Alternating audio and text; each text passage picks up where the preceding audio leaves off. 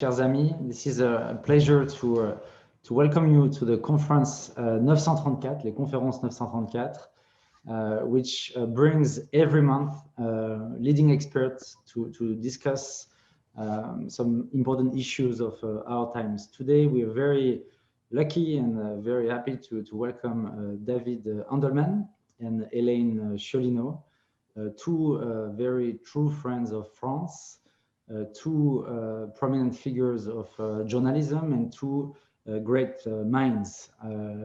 David is a veteran. I hope you don't mind me calling you a veteran of New York Times, CBS News, CNN, executive director of the Red Lines project, president emeritus of the Overseas Press Club of America, and also the Syrians Press Club. His work is a very well-known work as a focus on very hot diplomatic issues concerning like some hotspots, Korea, China, Middle East, Afghanistan, all this, and recently Africa, as you told me also recently. Based on his experience and his reporting, David has developed a concept of a red line that you will develop today in the conference, and you have published this book, which is also behind you, a red line in the sand, very recently, and we are very happy to have this discussion about this red line today at the time. And I think it's also a sense of relief also to discuss this kind of issue, even though they are very heavy issue, very difficult issues. But recently, and for the past year, we have been discussing a lot about one unique issue, COVID and its consequences. And it's also good to discuss about COVID, about the consequences of COVID, and, but also about real other diplomatic issues. And this is why it's also very let's say, I will say, interesting and somehow refreshing also to take a step back and to discuss about all the issues in your book. I guess we are not going to be able to discuss everything in your book because it's a fascinating book, very intense and very interesting. But to moderate this discussion, we are very pleased, as I said in the introduction, to welcome Elaine Sciolino. Elaine, like David, is very connected to France. You're one of the Frenchest Americans, if I should say. You have been living in Paris for many years. You received a degree in French history from New York University. You worked for the New York Times, notably in Paris, and you headed the bureau of the Times in Paris. You were also awarded the Légion d'honneur in 2010, Légion d'honneur, which is the highest distinction that France in France. So I should have said in the introduction that I'm the French Consul General. I guess you figured it out from the background. But for the people who don't know me, I have been, I mean, I joined the Consul General here in New York in September, and I replaced Anne-Claire Legendre, that all of you know very well. So I will not talk more than that. I will even disappear, but I will remain with you. And I will invite Elaine to take the floor to start the moderation. And of course, David will give the lead conference, and then there will be some space for interaction with the audience. Thank you very much, and have a good conference. Well, thank you so much for that wonderful introduction. I have to tell you, it's an honor and a pleasure to be here today with my friend and colleague, David Andelman. David's one of those extraordinary people who can do it all and has done it all. He has been a print journalist, he's been a TV star, a nonfiction book writer, a columnist, and he seems to do it all very effortlessly and with panache and style. I am so impressed by his latest book, which underscores just having made this transition from a daily journalist and daily TV star and correspondent to writing a very serious, sober book that must have taken quite a long time. We will get into this when we get more into the questions. The thesis of the book is quite fascinating and also sort of controversial, because you can argue that there are more red lines than ever in this world right now, and you need red lines. But on the other hand, you can also question whether or not red lines mean anything anymore. And I thought if you would start, David, I would love it if you could lay out the thesis of your book and how it has intersected with your work as a journalist over the decades. Well, yes, thanks so much, Elaine. And first, before I get started on my book, I want to make sure that people know about your books, the most recent of which, La Seine, is just a remarkable examination of a river that means the heart and soul to me and to France and to everybody. So I commend that as well to everybody's attention, and I think that would be great. The Red Lines has a long history. It sort of goes back to my earliest days at Harvard and my honors thesis, where I talked about the results of the Treaty of Versailles and the consequences today and all the mistakes that they made back then. I did another book before this one dealing with, called A Shattered Peace, dealing with the results of the Versailles Treaty. And at that point, I really began to realize that when I thought about this, and I've traveled all over the world, I've reported from something like 86 countries, probably not as many as Elaine, and certainly not some of the ones that Elaine has visited, like Iran, for which I commend her.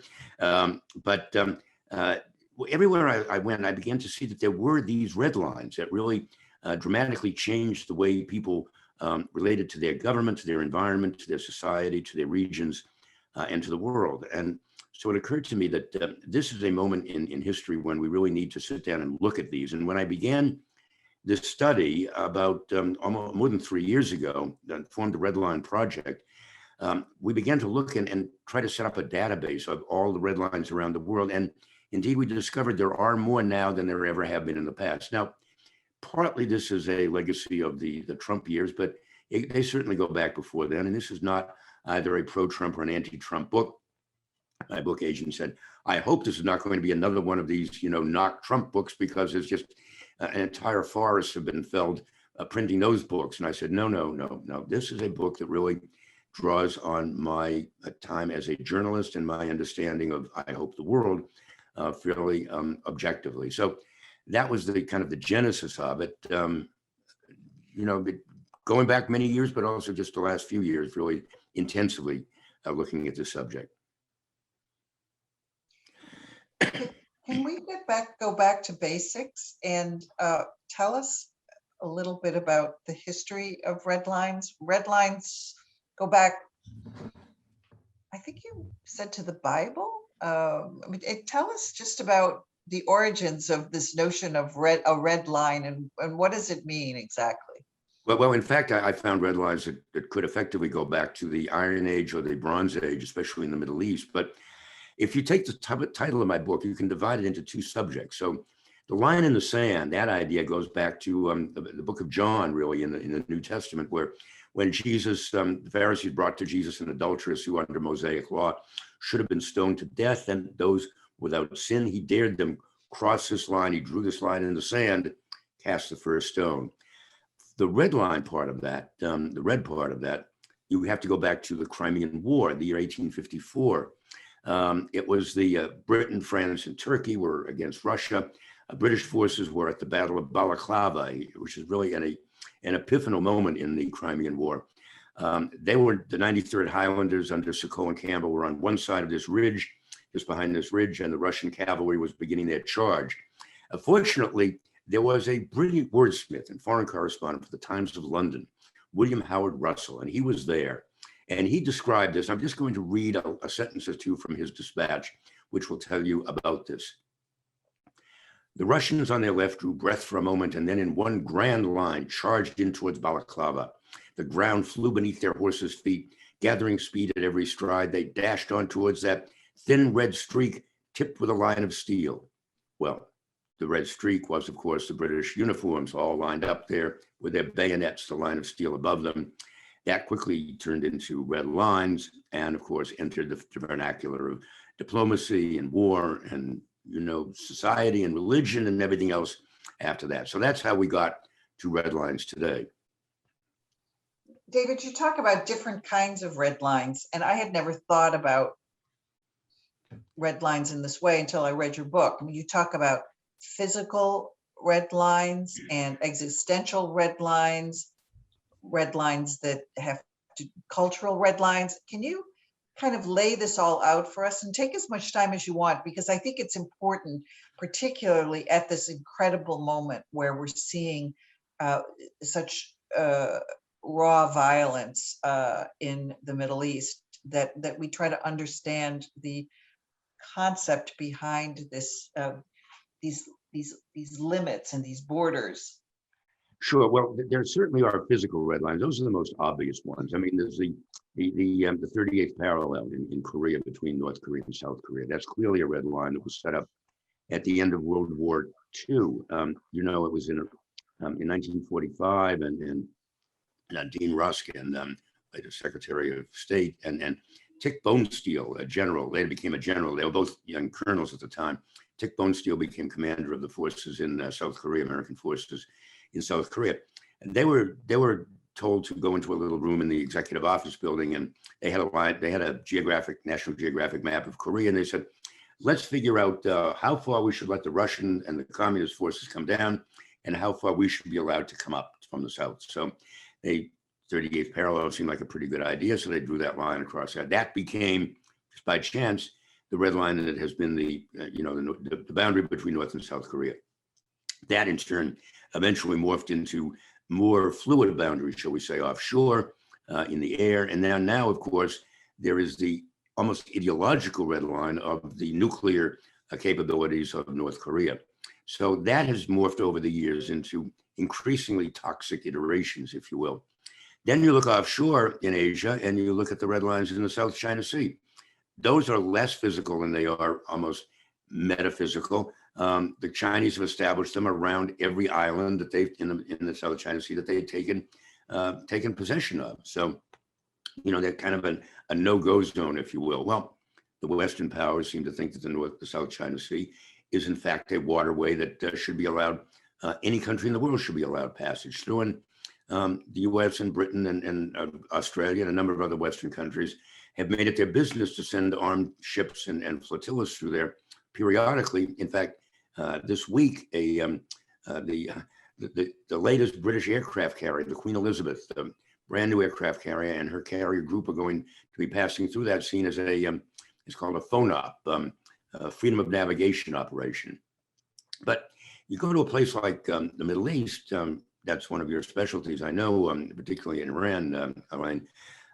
There, you have red lines that are more religious almost. The red lines between the Sunnis and the Shiites in the Middle East, and we can trace those back, of course, to the time of shortly after Muhammad was alive, and those have become increasingly toxic and increasingly militarized and so on. But they're not necessarily physical red lines. They're red lines that kind of have a fluidity of their own and have to do with where Sunni and Shiite peoples are. So they're all through, for instance, Mesopotamia in different areas. And each of these areas have been fought over for generations between these two religions as to who should be in control of these areas of Iraq or Syria, or the border between Iran and Iraq, now increasingly in Yemen and so forth.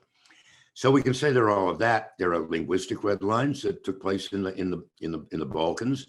In fact, I like to say there's actually a red line, a dictionary red line between the Serbs and the Croats, where they used different alphabets. That was a red line in itself, in effect, and that led to all kinds of issues during the great Balkan Wars. So. Anyway, I could go on forever about this, Elaine, but I'm going to stop here. So you invited me to go on for a long time, so that's an explanation. Well, I think it's important for people to understand this, because right. You could look at red lines that were, borders that were lines that were drawn after World War I and or even, like the 38th parallel. You said, gee, that was a pretty good idea. Well, why was it the 38th parallel? I mean, well, isn't there like an arbitrariness to a lot of these red lines? I mean, obviously, Iran and Iraq, you've got a waterway between the two countries that helps create a natural border. But so many of the borders that we now know are arbitrary. I mean, maybe you can talk about borders and what borders are there for a reason and what borders are there because a lot of old white men sat around a table or met on a ship and decided, okay, let's write it here rather than there. Well, sure, absolutely. And if you look at Iraq, Iraq is the classic case. You have the Durand Line, for instance, which forms the border between Afghanistan and Pakistan. Mm-hmm. That is a red line that just goes back really to the late 19th century. And that was a line that was hashed out between, well, not really white men, actually white and brown men, because it was the British men, and the Afghanistan. Women, I don't know that women ever sat around and created red lines, David. No, well, we can argue about that maybe in the future, but there are more and more women, of course, involved in diplomacy. Thank God. No, the Afghanistan red line was very interesting because basically the British Raj controlled in those days the British controlled India and Pakistan as one huge the subcontinent, and they realized that all of the lands basically to the west of the area that they really wanted to control, namely Afghanistan, were completely out of control. It was a tribal area. There were people that they didn't understand. They were constantly warring against each other, and they were fighting the British. The British had no interest in losing, dozens or hundreds of their troops to these warring tribes off to the east. So they decided, look, let's send Mortimer Durand up there and have him hash out with the king of Afghanistan, such as he was, where this line would be drawn. And to the west of that was basically darkness, blackness, the chaos and unrest and whatever. And to the east was the British Raj. And they did that. It took several years for them to hash that out. But it is still today the boundary between Pakistan and Afghanistan. It still works, more or less. I was going to say more or less. Right. Because, and the reason. On a good day. No, well, the Pashtuns inhabit both sides of that territory and always have. They've gone back and forth with little understanding that there was a real red line there. But it's a very important boundary even today. And what I've said, and I said this as recently as about 3 or 4 weeks ago on my CNN column, that we really, the path to peace in Afghanistan really lies through Islamabad. We have got to get the Pakistanis to understand that they need to enforce the Durand Line, if you will, if you want to, people don't refer to it that much anymore, but that in effect was what they would be doing. If we're ever going to be able to leave Afghanistan and be confident that the old Pashtun tribesmen, many of whom are now the Taliban, don't just move in and take over, as they did, after the 1880s when the Durand Line came in. Right. Well, I want to talk more about Afghanistan, but since you're a journalist as well as a scholar, I want you to talk about one of the stories that's in the book that I found the most compelling, which is your whole story about Libya and Chad and Colonel Gaddafi and his ambitions to expand his own empire. And I only had one encounter with Muammar Gaddafi. It was when I was with Newsweek magazine and I was Rome bureau chief, and I had to go off to Libya to do work on a cover story on the most dangerous man in the world, because it was at a time in the early 80s where he was fomenting terrorism as well as expanding territorially. And all I will say is after I interviewed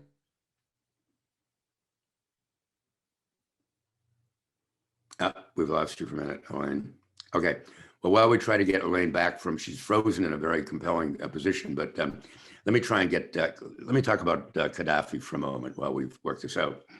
I actually interviewed Gaddafi twice personally in Tripoli, but Libya.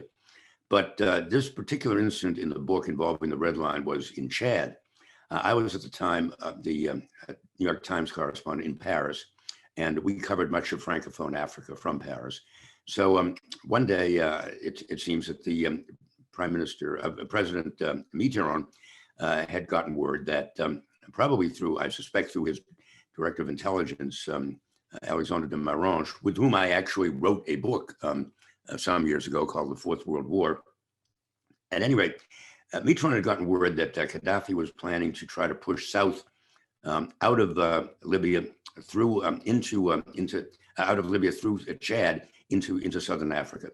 Now, this concerned not only the French, because Chad was still very much a francophone colony, ex-colony. It also concerned much of Africa, particularly neighboring Zaire. So Mitterrand sent down a phalanx of foreign legionnaires and other assorted troops.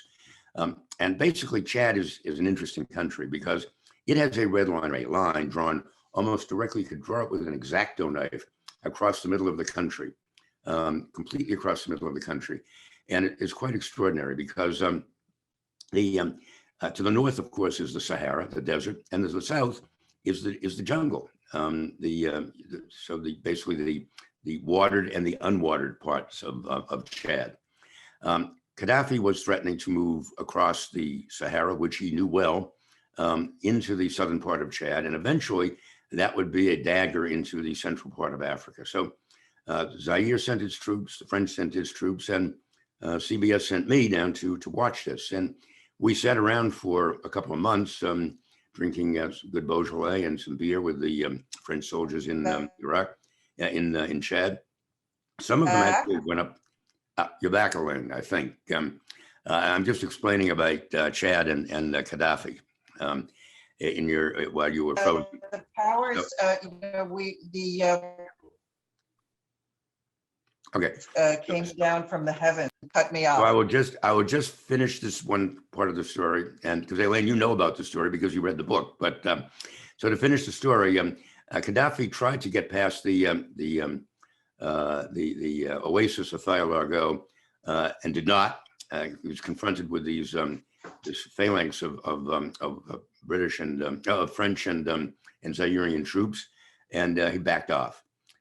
So that red line held. It worked very effectively. It prevented Gaddafi from moving into southern Africa, which the African countries feared deeply, and which the French and President Mitterrand feared deeply.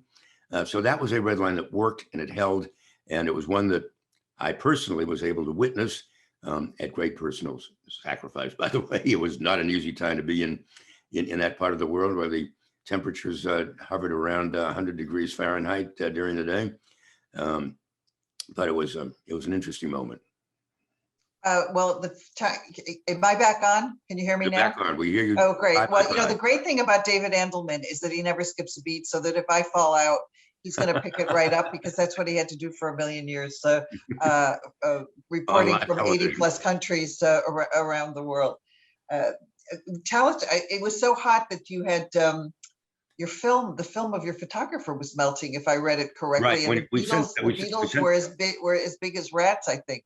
We sent Eric Derschmied, who was a freelance cameraman with us, and he went up to the Thaya Largo, and he said if you didn't keep the electronic cameras just didn't work at all in that heat, and the film cameras, he said if you didn't keep them shaded with, and he had an umbrella with them everywhere, they would get so hot that the emulsion would boil away on the film.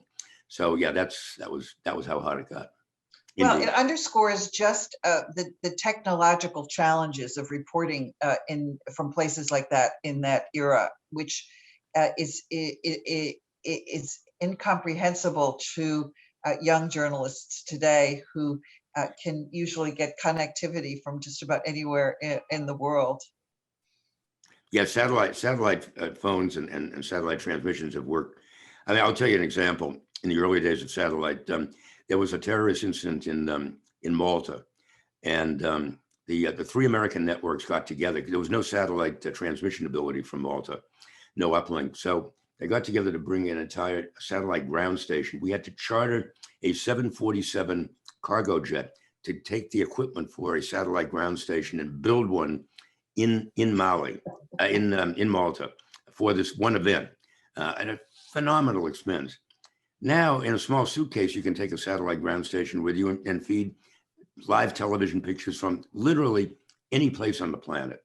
It has just changed dramatically the way news is being processed and and transmitted, no doubt about that. Which, by the way, I think has contributed to both cementing red lines and helping people understand what the stakes of red lines, because you will be able to see when they are violated, when they are not being violated, literally in real time. One of the things that struck me about your book is your discussion of the various alliances. And, I know we're not supposed to talk too much about COVID, but I think that that COVID does offer us lessons in terms of moving forward, both with red lines or the absence of red lines. And something that struck me as someone living in France is that the COVID challenged the meaning and significance and romance of the European experiment. And I remember a million years ago being not a Eurosceptic, because I believe in the European initiative, but saying, the EU is never going to be NATO. And, unless there's some force, how are you going to bring, combined force, how are you going to bring these countries together to project power?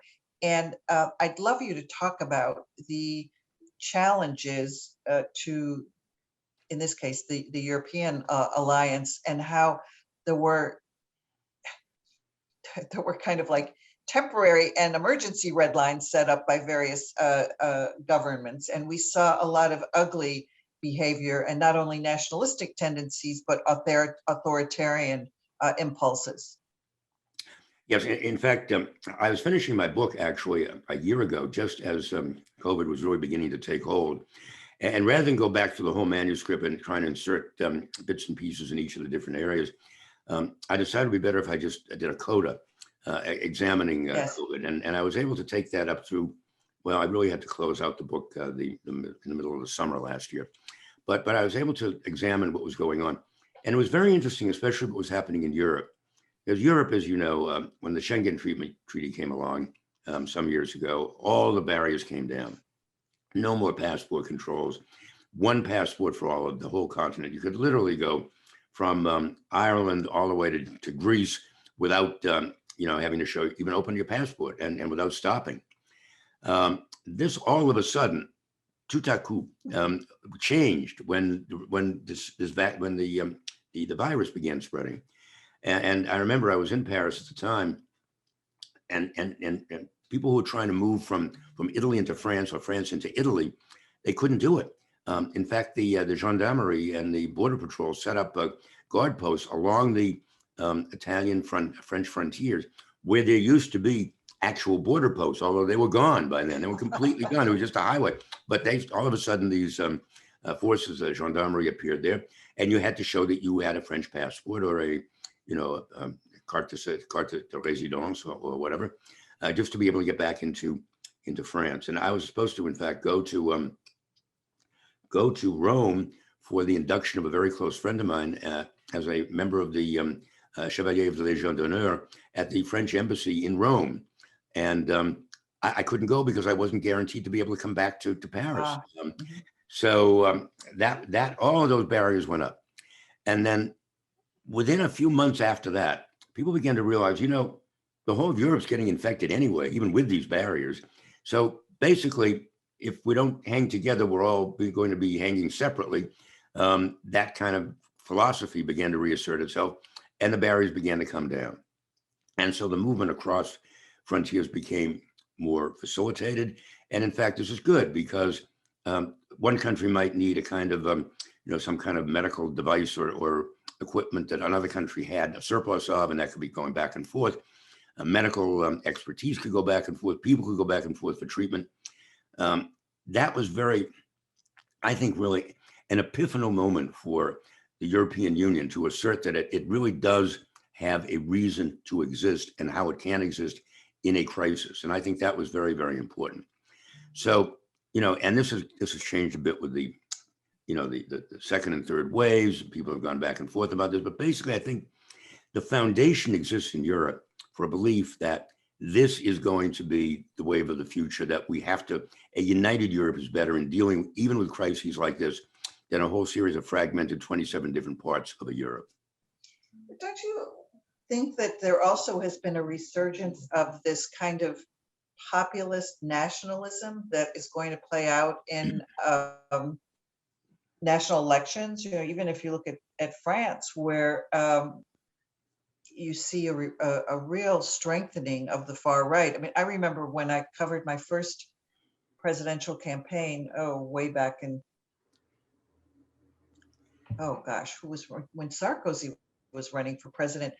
And I went all over the country interviewing people. No one at that time admitted to, on the record, to be Front National, the National Front, which is what it was called in those days. And now it's almost a badge of honor, and it's in all the polls, it's running second to Macron without question. And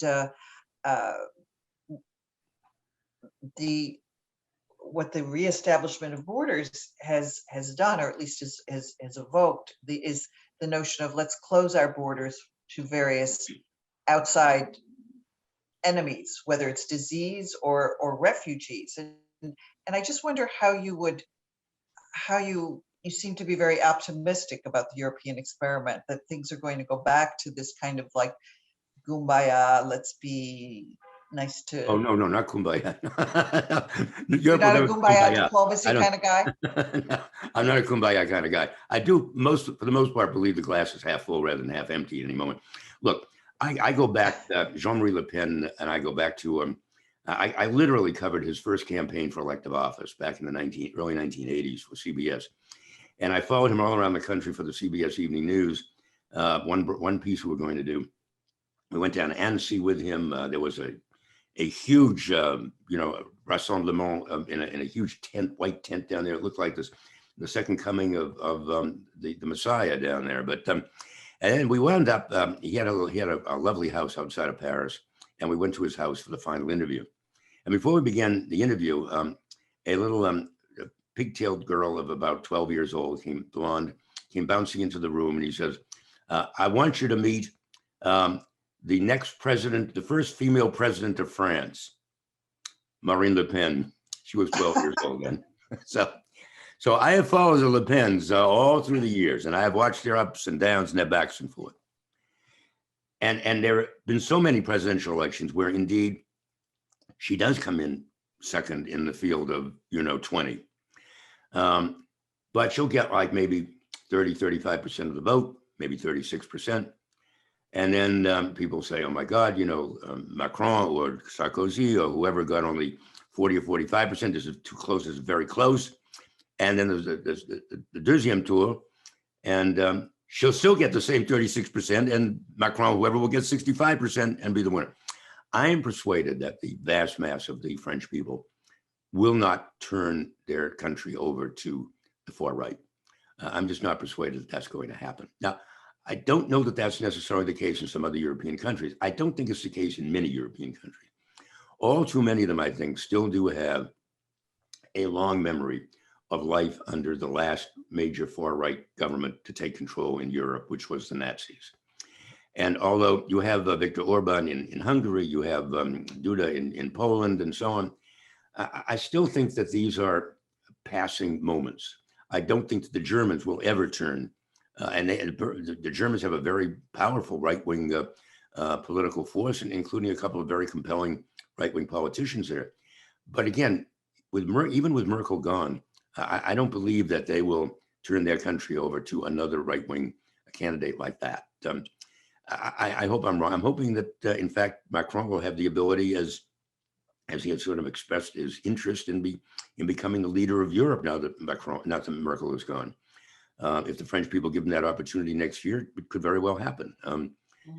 So, it's those kinds of red lines, I think, are not really very permanent. I don't think that lines of the far right have sought to erect are really the kinds of lines that most people in democratic Europe will accept.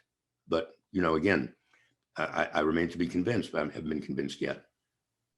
Does that make sense? I would agree with you that the second round of the French election is very different from the first round of the French election, but I honestly think something has changed with COVID, and that there is much more of an acceptance of pushing out the other, whether it's immigrants, refugees, or disease. And so I may be a little bit more pessimistic than you on the willingness of the Europeans to embrace those across national borders. Okay. No, That could be for another discussion. You can well, no. But the refugee issue is certainly a very different one than that, and I understand that, and certainly Viktor Orban rose to power because of his willingness to put literally a wall that was more impenetrable around his country than the Iron Curtain had been during and I've gone right up to the Iron Curtain back in the 1970s when I covered Eastern Europe for the Times. I've gone right up to that line. And I've seen it. And this line that Orban erected, in theory, to keep out refugees, was and is very popular in Hungary. But I think that the European Union will find a way to deal with that. I hope that peace will come to the Middle East so that there aren't as many refugees coming. Africa, I'm a little bit more concerned about because of issues like water and so on, which will be my next book, that are driving forces of migration that are unpredictable. But we'll have to see. I still think that the people of Europe will eventually do the right thing, and certainly will not embrace the kind of right-wing nationalism that people like the Le Pens and others have espoused for so long. Well, I was going to ask you another question, but now I'm going to have to move from du coq à l'âne, from the cock from the rooster to the donkey, because you just evoked the subject of your next book on water. Tell us a little bit about that. Well, I have long believed, having traveled the world, as you well know, and as have you, that the next war is going to be fought over, and this is something, by the way, that was first raised to me by a very interesting gentleman who was the head of the first director of the revived Library of Alexandria in Virginia, the ancient Alexandrian Library, which is now revived in Egypt. And he was the head of it. And he said to me once, he said, and I've adopted this now as my slogan, but I did give full credit to him. He said, the next wars in the world, if there are wars, will be fought not over oil or territory or religion, but over water.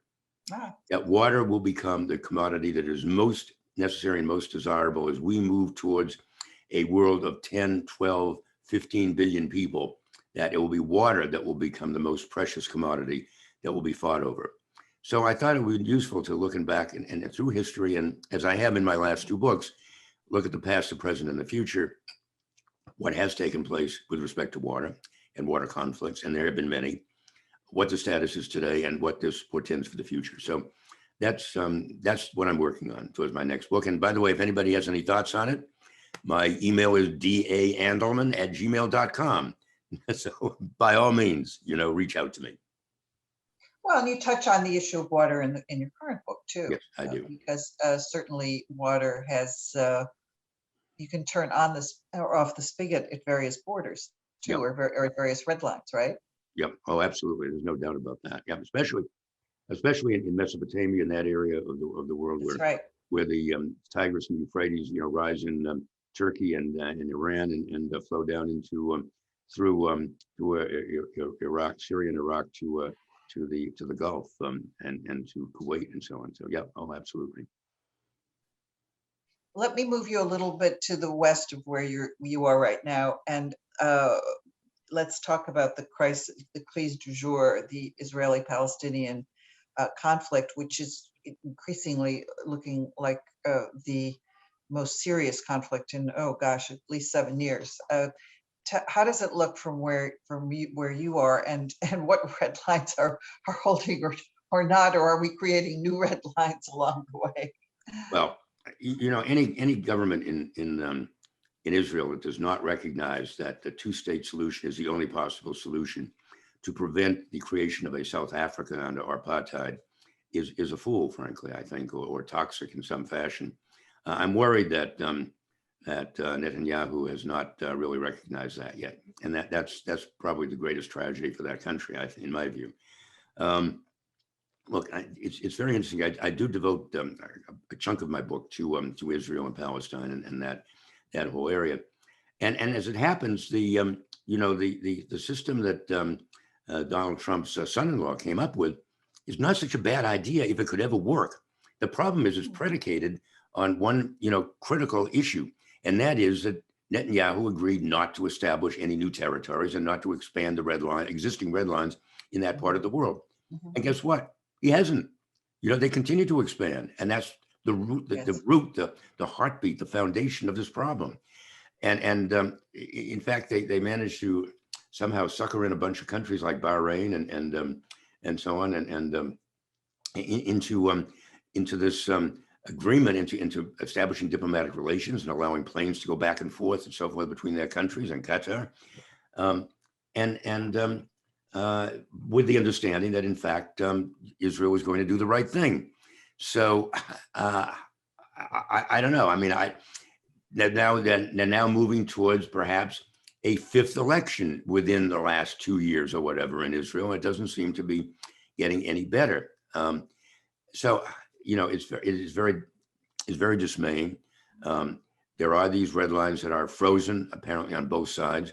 The Palestinians are certainly not going to give up their quest for a real homeland, which they shouldn't. And frankly, the Israelis should encourage that, because if they don't, and I go into some detail on this, the demographic imperative is going to insist on it, because the Palestinian Arabs are increasing in size and population much more rapidly than the Israeli Jews. Eventually, in a one-state solution, if they're all in one big country, they're going to be the Jews are going to be a minority in that country, and then it's going to be potentially like apartheid Africa, South Africa, and so there will be a pariah in the world, and there will be no peace at home.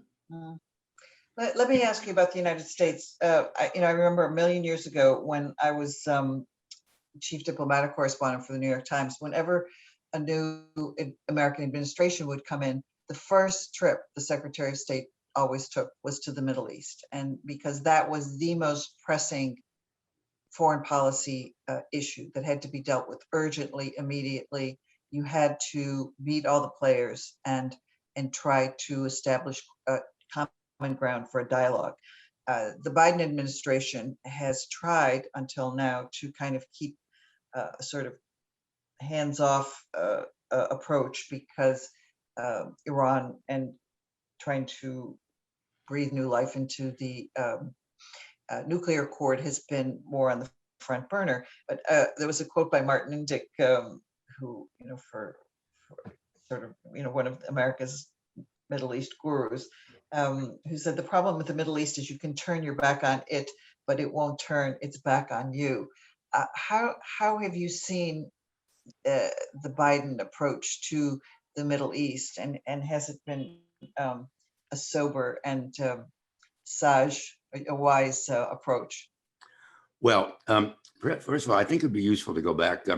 Tom Donilon, the National Security Advisor under Obama, he had a very good quote the other day. I'm not allowed to say where it was, but it was because it was supposedly off the record. But what he said was, we need to shift the focus to threats over the horizon. That's what we need to be keeping our eyes on. And so in each case around the world, are we doing that adequately? I'm not sure that we are. I think, and I hope the Biden administration doesn't get suckered into the same problems that the Trump administration and the Obama administration before them, which was bouncing from, pivoting from crisis to crisis, almost like a ping pong ball, or like one of those machines in a penny arcade. We have to keep our eyes on we have to have what Kissinger used to call a Weltanschauung, a worldview. Very few American leaders have had a worldview. I think it was probably very wise and I was listening to Blinken just before we came on here, dispatching one of his Middle East experts who has a long history in the Middle East to Israel to try to understand how we can actually move forward on this. And I know that one of my listeners has asked, so it's Israel's fault. You cannot be serious. I'm not suggesting it's anybody's fault like that. And it's certainly not Israel's fault. The question is whether there are some elements within Israel that have a view of the whole situation there that just won't play over the long run. That is, they have not focused on the threat over the horizon. And I think that's one of the things I try to do in this book, is to focus people's interest and attention on these threats over the horizon that are potentially the greatest globally. And this is certainly one of them. David, I want to turn the questioning over to our audience. But before I do that, I do want to ask you a question about journalism. You've seen journalism as both a print journalist and a TV journalist. And, you know, you've thought about this issue a lot, about where journalism is going. I mean, are we spending, is there enough attention being given in the world of journalism to looking at these red lines and looking at global threats? I mean, the New York Times, I still have a connection with the New York Times, and I'm proud to say that it still has dozens of correspondents all over the world. But so many institutions, both in print and, excuse me, video, film, TV, have cut way back. I mean, let's look at the whole global landscape, and how do you see where we're going in terms of covering and analyzing and reporting and the crises that we're facing?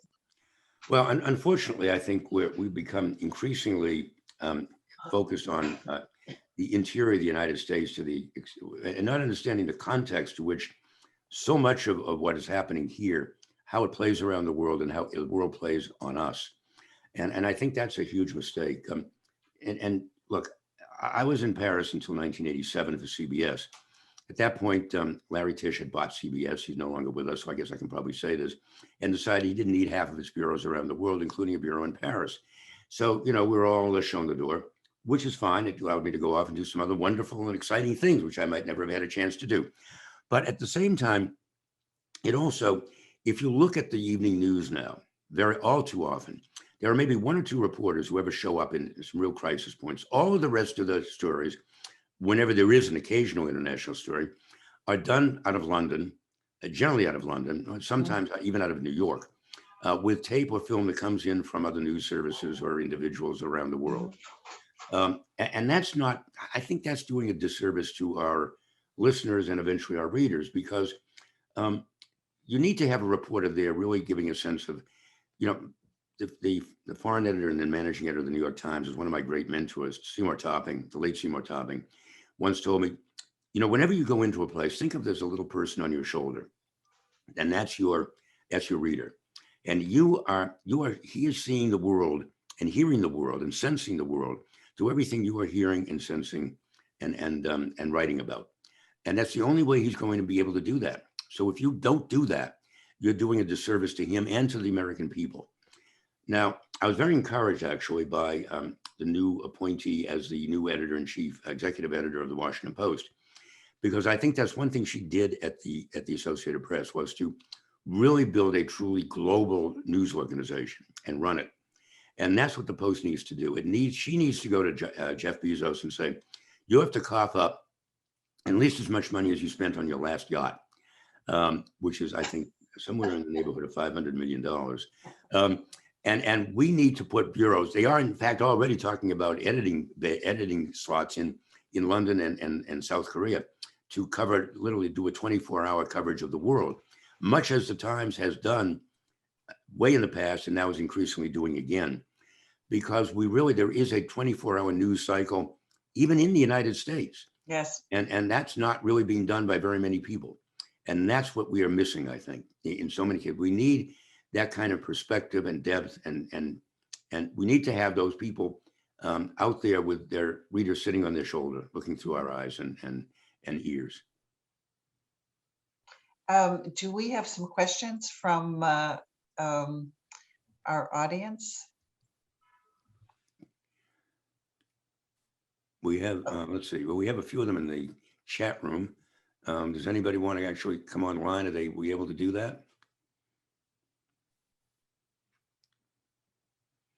Is anyone able to unmute themselves? I see Thomas Carpio has a the first question. Oh, no, that's no. Yeah, that's the first real question.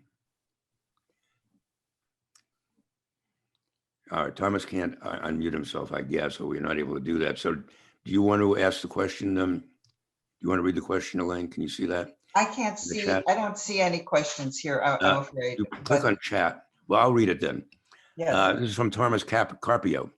Thomas says, how the different access to the COVID-19 vaccine will reshape the global relations and exchanges between Western and developing countries. Well, that is very interesting, actually. And that is something I do deal with a bit in my book. Look, we have to accept that that is another case where red lines have to come down substantially. We have to understand how important it is for developing countries to have access to the same kind of vaccines and treatment that the developed world does. How we do that is going to be a matter of mechanisms that in some cases may not even have been developed yet. But if we don't, we are going to see mutations of these viruses coming back to our shores before long. That is exactly what Europe saw when they shut down their borders between the countries. And that is certainly the case of what will happen potentially. And I'm thinking particularly of Africa and India right now, and to a degree, Brazil.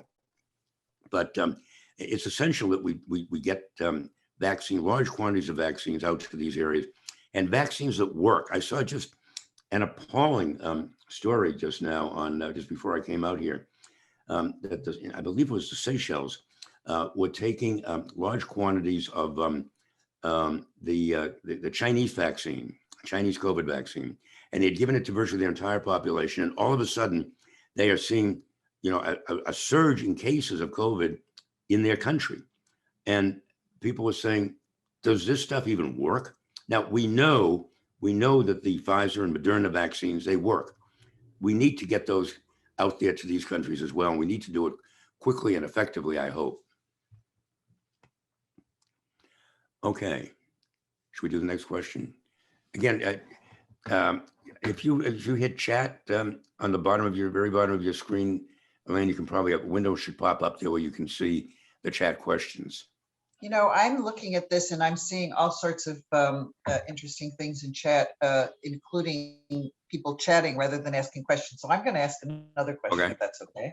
I want you to talk about the red line that you seem to be obsessed with, which was the Obama red line with Syria, which we haven't really talked about, but this is an extraordinary story and an example, I think, of how you felt that the articulation and the establishment of and definition of a red line really backfired in a way that was extraordinarily damaging to the prestige of the United States and the response to chemical weapons. Well, it's interesting because the Obama red line with Syria actually was the genesis for this book. I had two very good friends who were French journalists, one from TF1 French television, and the other who was a Agence France Presse bureau chief at the Élysée. They'd been friends for years and years, and they suggested that we write a book together on this red line situation because France was deeply, deeply involved in this, and they had excellent contacts in the Hollande administration and the Quai d'Orsay at that time and the Ministry of Defense. But they wanted to get the American side of it. So we explored this for a while. Finally decided there, frankly, hadn't been a lot that had been said about this, especially from the American side, that hadn't really come out in dramatically, and fully and completely. So we kind of scrapped that book, and then I began to look at red lines more broadly, and this book developed. But so there's a very good section in there, I think, on the Obama red line. Look, the Obama red line came about almost by accident. There was a press conference, a briefing at the White House briefing room. And all of a sudden, President Obama showed up. It was supposed to be a briefing about his economic program, domestic economic program. And he decided he was going to show up and just explain it himself. And Jay Carney, I believe, was the spokesperson at the time. And So Jay introduced Obama. Obama got up and talked, and here, and then at the very, very end, a correspondent for NBC News, who is now actually the moderator of Meet the Press, he said, "Mr. President, what about this? President Bashar al-Assad? He seems intent on possibly using chemical weapons against his own people. What would you say to him if he tried to do that?" And that's when Obama turned around and he said, "That is a red line." He said, "He does that. There is no question in my mind that is a red line that shall not be crossed." Well, he hadn't really thought much about it until then, obviously. It had never been discussed in that fashion. He had no allies. He had no in the West or no friends. But a year later, in fact, Assad did that. He used them against his own people. And particularly Cameron, the British Prime Minister Cameron, and Francois Hollande, President Hollande, were horrified by this. And they very quickly joined forces with the Obama administration on the defense and State Department side. And they set in motion a plan to punish Sadat. And in fact, they had whole battle plans all set up, the launch of cruise missiles. It got to the point where they had a timetable for the French Mirage jets to be launched from carrier and bases in and around the Middle East. And the French jets were actually warming up their engines on the runway when all of a sudden Obama decided, well, the British were not going to go along with this because the Parliament had refused to go in with retaliation. And so we're going to find another way of doing it. Obama basically backed out. There are all sorts of reasons given for this. The nearest I can tell was that he really was having some second thoughts about it. He wanted to get the congressional approval, and finally Vladimir Putin pulled the rabbit out of the hat for him and said, I will make sure that Assad gets rid of all of his red lines going forward, and all of his chemical weapons going forward, and a new red line will be set up.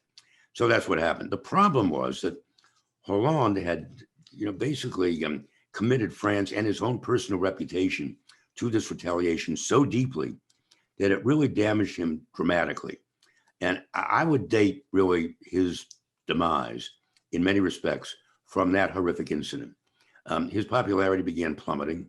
At the end, I believe he wound up with like 8 or 9% popularity rating, about the lowest in French history, and wound up not running for a second term.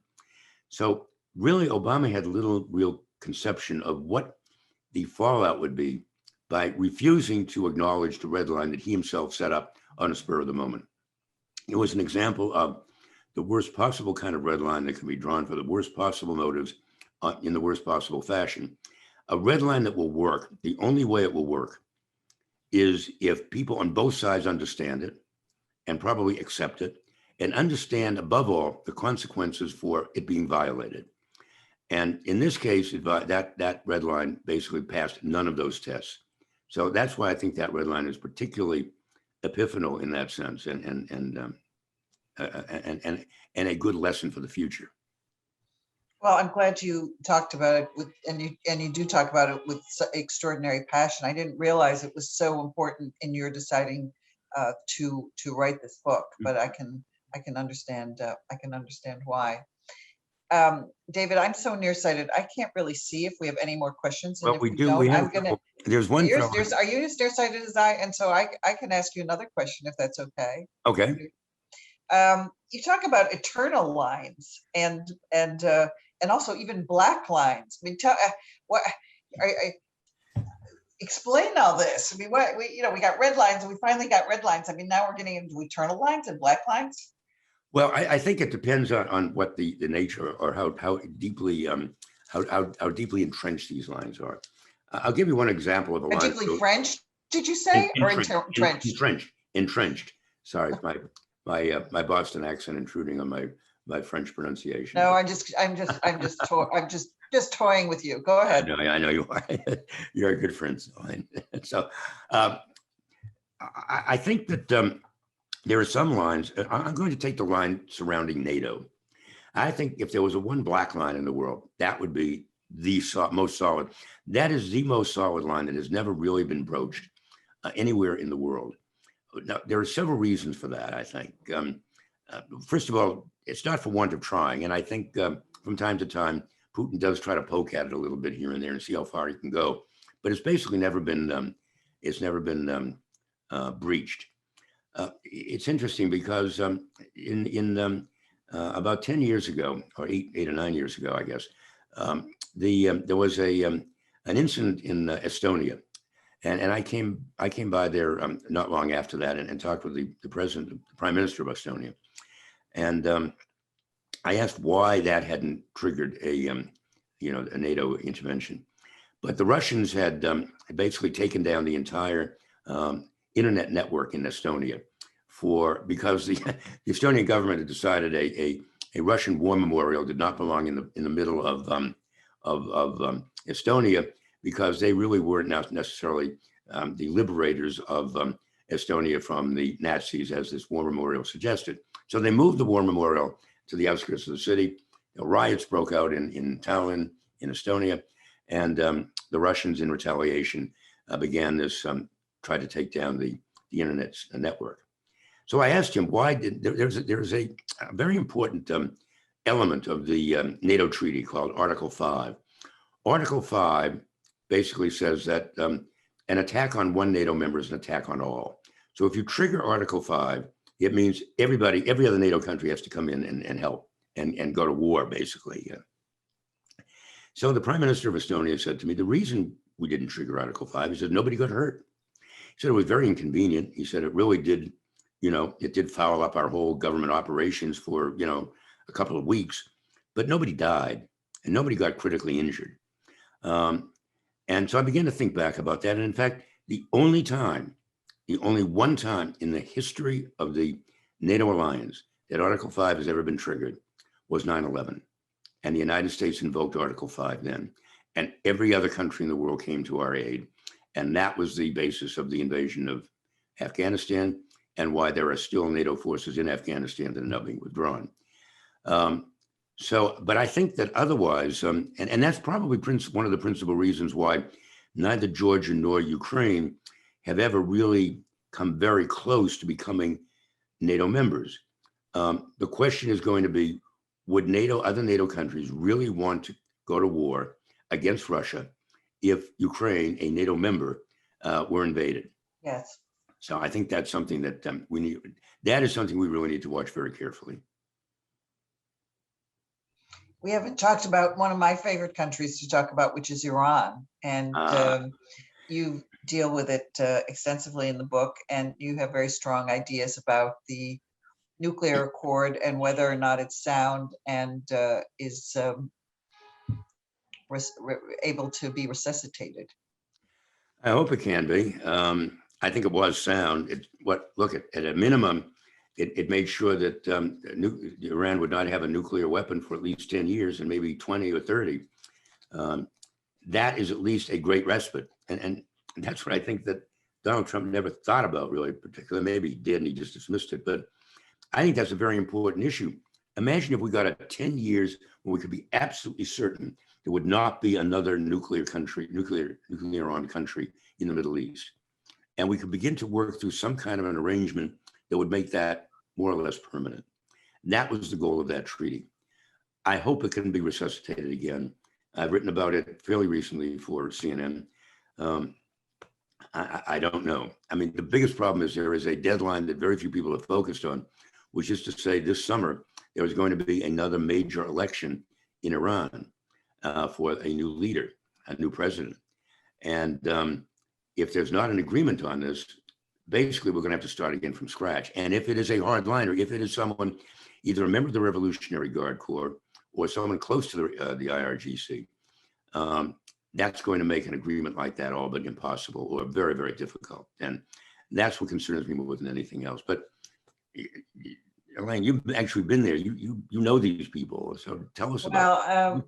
Well, actually, since we're in a French forum, I can say that the first time I went to Iran was thanks to the French, because I was a very junior foreign correspondent for Newsweek magazine based in Paris the first time, sent to cover fashion shows and royal weddings. And then suddenly an aging Ayatollah ended up in a Paris suburb, and the four older guys didn't want to go out to Neufville-le-Château every day. And I was a young, eager beaver. So I went out there and made friends with all these people, and did the first interview as an American and as a woman with Ayatollah Khomeini, and then went on his plane when he went back to Iran to make his revolution. And as a student of the French Revolution, it was a lot more exciting to watch a revolution unfolding and report it in real life than to write about a revolution that had happened 200 years ago.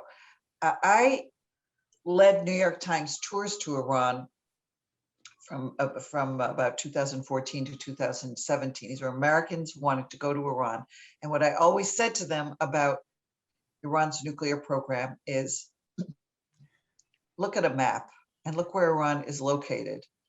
And I am of the belief that even if Iran, if you believe what the Iranians say, they are not determined to build a nuclear weapon, that they're going to act as if they do. Because if you look at the map, you know, until recently, and again, if Americans pull out of Afghanistan, we won't have American troops there, but American troops in Afghanistan, in Iraq, Saudi Arabia, American ally on the other side of the Persian Gulf, nuclear powers, you know, on Iran's border. And when Pakistan launched its first nuclear test, you could hear it on the Iranian side of the border.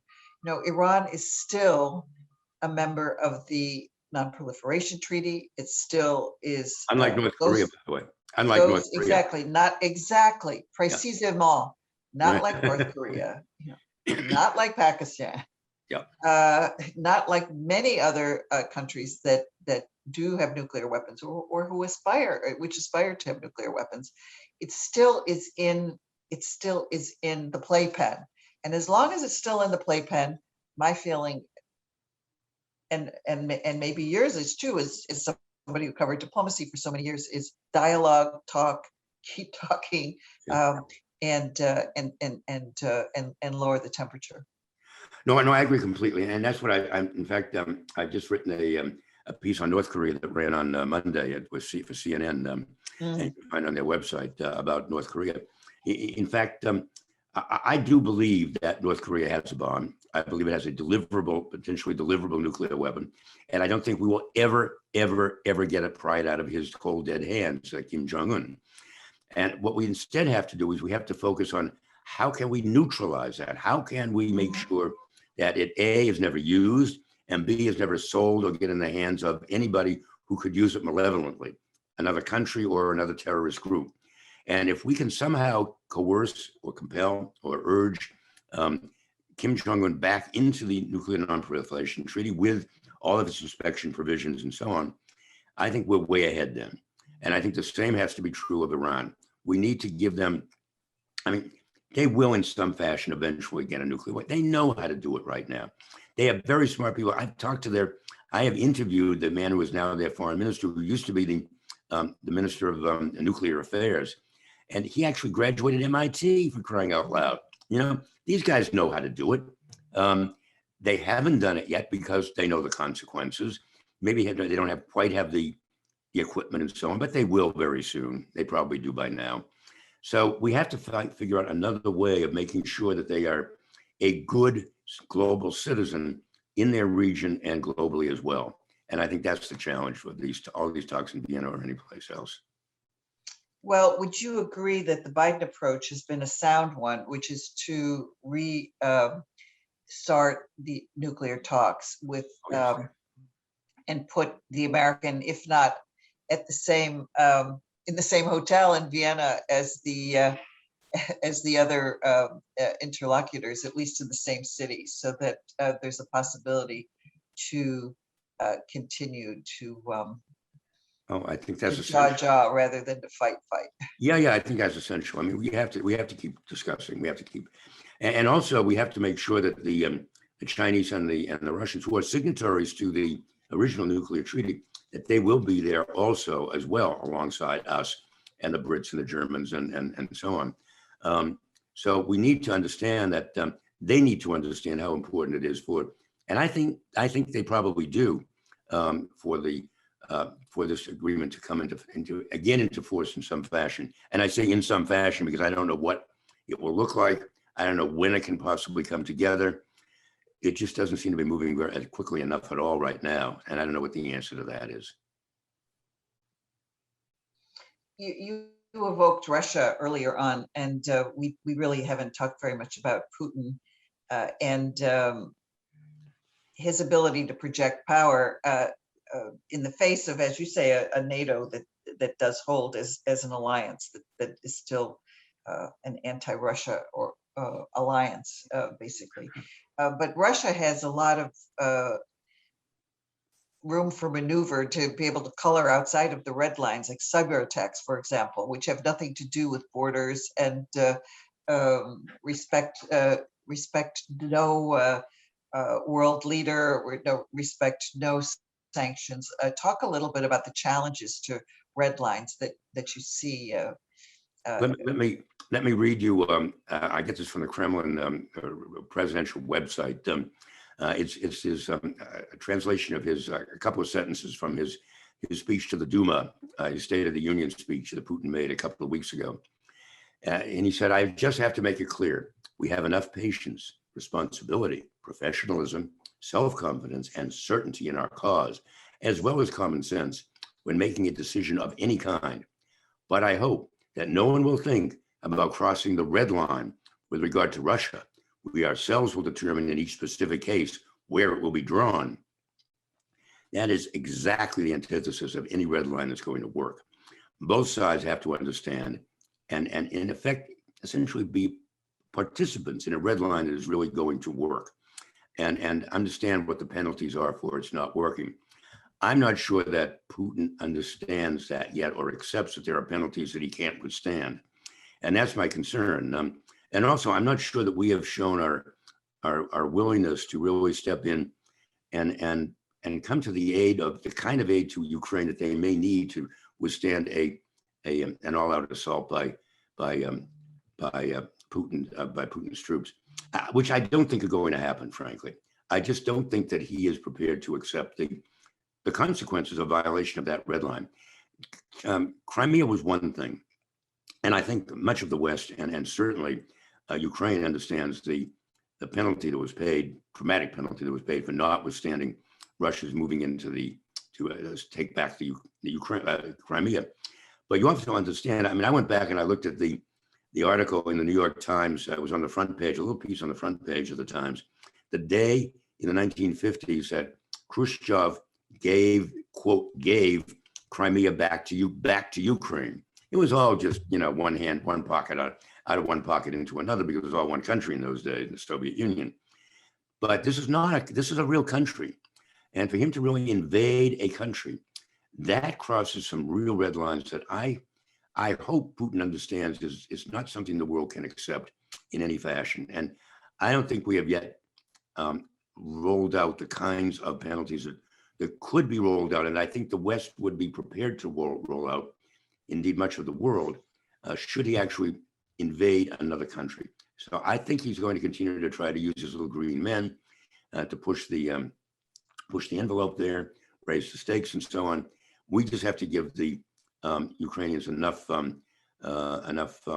means to be able to restrain that and contain those little green men.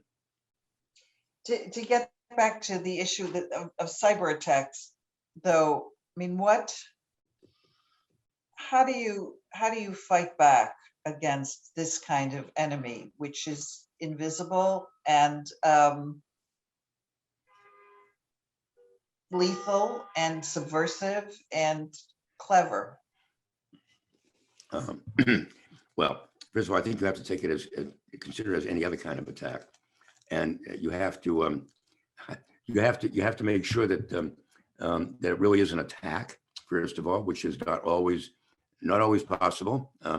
It usually is possible, but you have to understand who the author of that attack is, what they have done in order to put it underway and to sustain it. And you have to make sure that it's a government that was in fact behind it. Just as with if there were ever a nuclear attack explosion, we would know virtually instantly if it was a North Korean bomb that a terrorist had set off in, I don't know, in the underground in London or whatever, right? We would know that almost because the nuclear signature is quite clear on any nuclear weapon.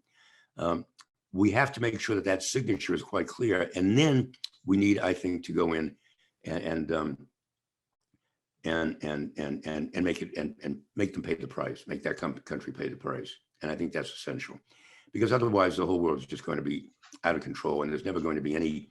We're never going to be able to count on using the tremendous technology that we've grown so used to, that have sustained our development and our prosperity, and that's I think a great concern. And China, does China respect red lines? Well, some of them, yeah, sure, some of them they do. You know, I'm hoping they respect the red line around Taiwan. That's a whole other issue which we go on and discuss for another hour, I think. But China has certainly set up enough of them. They need to understand that other people may have them as well, and that they really need to understand the values that the West sets on certain things like free passage through the South China Sea and so on, which is an area that they would like to consider their backyard, but really is not. It's really the world's backyard. You know, I wonder, David, if there's a word that we haven't even mentioned in our discussion, that if we had been doing this conversation a year or so ago, we might, which is the word terrorism. You know, I was thinking about red lines and terrorism and breaking it. I don't know why it was. Maybe it's because I just traveled to the United States from Paris, you know, and I had to throw out my water bottle. And the reason that I had to throw out my water bottle before going through security is that there was a terrorist plot in London in 2006. The liquid bomb plot that changed life as we know it when we travel. Talk a little bit about terrorism and how you see the threat. You can define it any way you want. You can define it in terms of what's going to happen in Afghanistan, or you know, what are the residues of terrorism, both internationally inspired and homegrown, that we still have to grapple with. Well, one of the reasons why we still have to take off our shoes at the airports is because of the shoe bombers. So, right. Fortunately, there was an underwear bomber. We haven't gotten that far yet, but okay. Anyway, look, terrorism it's a horrible thing. It will be with us for a very long time. Terrorists respect no red lines, and they never have. As far as Afghanistan is concerned, I've written about this. I think that within a year or 2 years after we leave, they will be in control of Afghanistan again. And I don't think there's anything that's going to stop them. So we have to either, you know, come to grips with that and accept it, or we can't leave. I mean, one or the other. And as I said, I think I said on this call earlier, the only road to a peaceful resolution of Afghanistan lies through Islamabad, through Pakistan. And if they can't be persuaded to give up their support for the Taliban, which they see as an antidote for any aggression from India, then I'm afraid that you know, we're in for it. You know, it's interesting. We have not called on Ambassador Jeremy Robert, who is an expert on Africa, but a lot of the terrorists now have come to roost in Africa.